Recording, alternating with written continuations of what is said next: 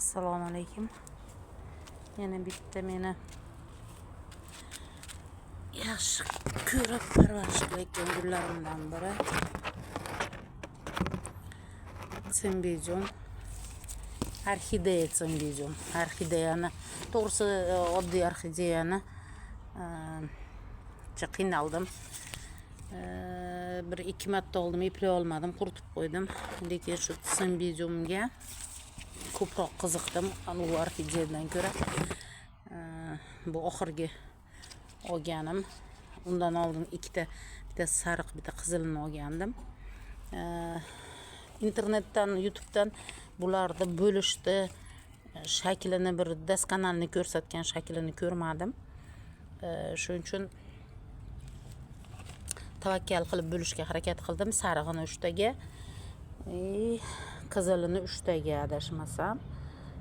Yo'q, qizilini 4 taga, sarig'ini 3 taga bo'libman. Mana bunisi o'smaydimikin desam, yo'q, o'sdi. Mana chekkasidan yangi pindiklarini chiqaryapti. Mana 3 ta. Bunisi mana bitta, bu qizili, bu sarig'i, bu ham 2 ta chiqaryapti mana. Bunisi hali xafa, chiqarganini ko'rmadim. Yangi o'sgan yo'q. Bunisi ham 3 ta joyidan yangi piyoz chiqaryapti. Bunisi ham yangi piyozini chiqaryapti mana. Bunisini piyozlari katta bo'lib qoldi. Mana 4 ta piyoz chiqardi. Bunisi bu yil eng kattasidan, buni bu yerdan bitta ko'chirib olganman. Bir dona piyozini. Hali buni tavakkal qilib bo'lmadim. Sababi bularda o'sganini ko'zim bilan ko'rganim yo'q edim. Hozir bularda o'sib chiqqanini ko'paytirsa bo'lishiga aniq amin bo'lganimdan keyin endi buni bo'lish niyatim bor. Men sizga hozir buni qanday shaklda bo'lishini oldin bir qator ko'rsatmoqchiman. Mana Cembijum. Cembijum o'zi shunaqa tiqilib qolgan shaklda bo'ladi. Men buni sal kattaroq tuvakka oldim. Sal kattaroq tuvakka olib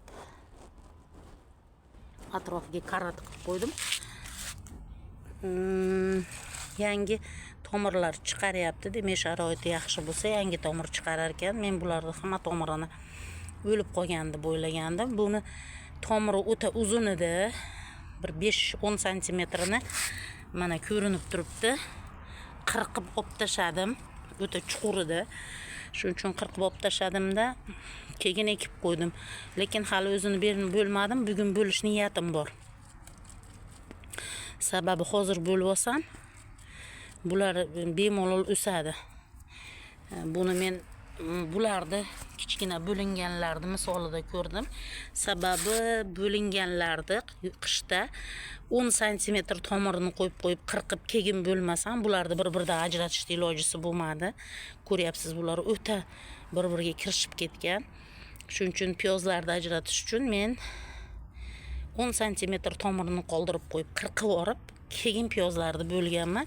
Har birini tagida bir 4 tadan, 2 tadan, 3 tadan mayda-chuyda tomirchalari qolgan, xolos qurib qolmadi.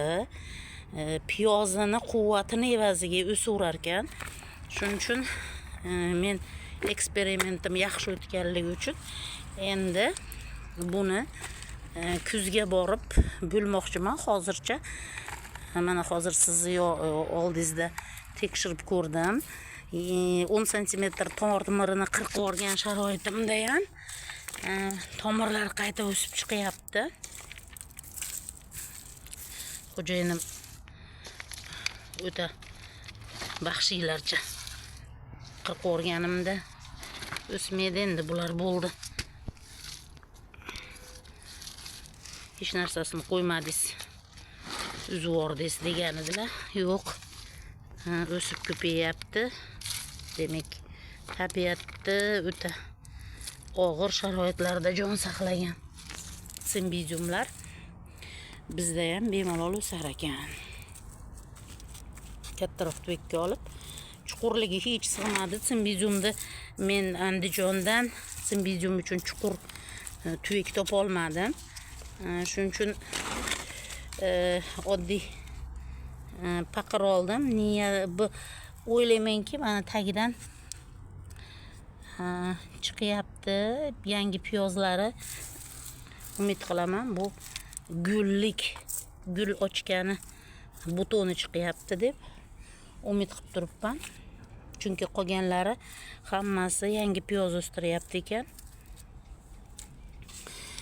Bunisini chiqarayotgan pindigi gulni pindigiga o'xshayapti.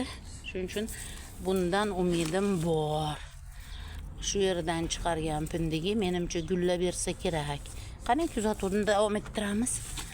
Eksperimentlar davom etyapti. Demak, simbiziumdan qo'rqmay qirqib olib tashlasangiz, bo'lib tashlasangiz, bemalol ko'paytirsangiz bo'laverar ekan.